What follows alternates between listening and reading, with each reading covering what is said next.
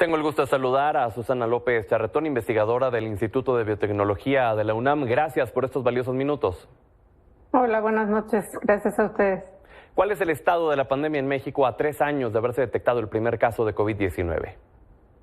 Bueno, pues afortunadamente ahora sí parece que llevamos un periodo ya de 1 o 2 meses en los que tenemos muy pocos casos, muy pocas muertes, afortunadamente, pero todo esto se lo debemos a las vacunas. Afortunadamente se pudieron fabricar, digamos, vacunas contra este virus al año de tener esta horrible pandemia, y eso nos ha permitido controlar muy seriamente la enfermedad. Entonces, en este momento en el mundo sigue habiendo casos, pero ya son en general menos graves. Desde la óptica científica que usted representa, ¿cómo calificaría el manejo que se le ha dado en México a la pandemia? En realidad el manejo de la pandemia no ha sido fácil para nadie. O sea, podemos criticar lo que vemos, que es en México, pero en todos los países se quejan mucho del manejo que han tenido en cada país.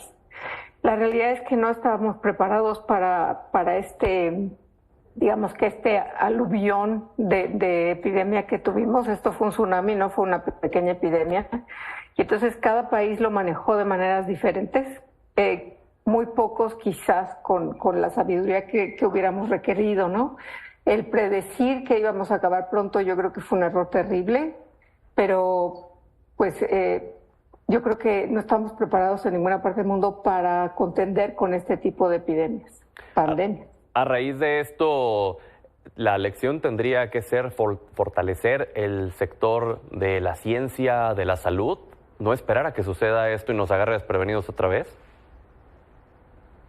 Eso es clarísimo, o sea, eso sí tenemos muy claro. En nuestro país el apoyo a la ciencia y a la tecnología es muy eventual. Tenemos años buenos en los que hay mucho apoyo y tenemos años en los que hay muy poco apoyo, y para tener una ciencia y un sistema de salud sólido se requiere apoyo sostenido, y eso no lo hemos tenido. Lo que sí se vio claro es que todo el progreso enorme que hubo en este país, en el mundo durante esta pandemia, fue gracias a países en los que se ha invertido muchísimo en ciencia y que ya estaban avanzando en problemas de ese tipo, no exactamente del COVID, pero sí ya teníamos muchos estudios acerca de virus de este tipo. Y en nuestro país, desafortunadamente, no tenemos ese apoyo. Entonces, es muy difícil que cuando ya estamos en el problema nos pidan que desarrollemos vacunas, como si nunca hemos trabajado para hacer vacunas. Vamos a desarrollar una vacuna de la nada, se requiere años de trabajo. ¿Es necesario en este punto decretar el fin de la emergencia sanitaria en México?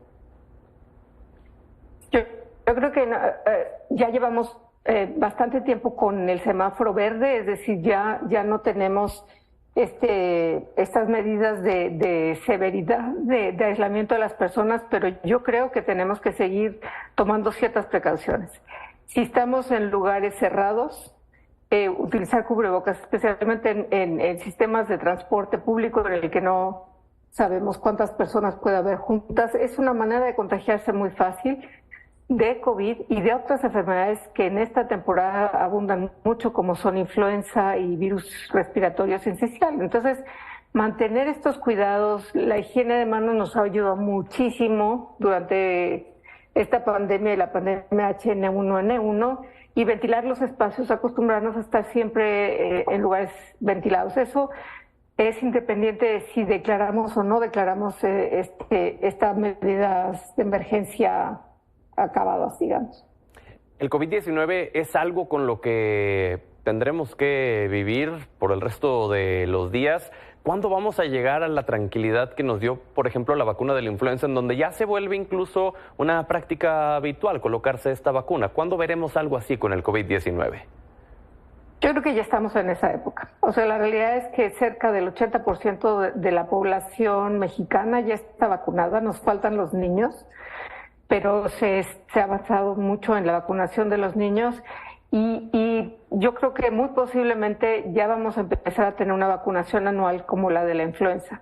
El problema que sucedió en esta pandemia es que nadie estaba inmune a esta enfermedad, a este virus, y entonces por eso causó esta pandemia tan severa. El protegernos contra contra SARS-CoV-2 va a ser como el protegernos contra influenza, pero hay que hacerlo. Mucha gente no se quiere vacunar contra influenza, por ejemplo, con la creencia de que cada vez que me vacuno me enfermo. Y eso es terrible, porque de influenza, igual que de COVID, la gente se puede morir.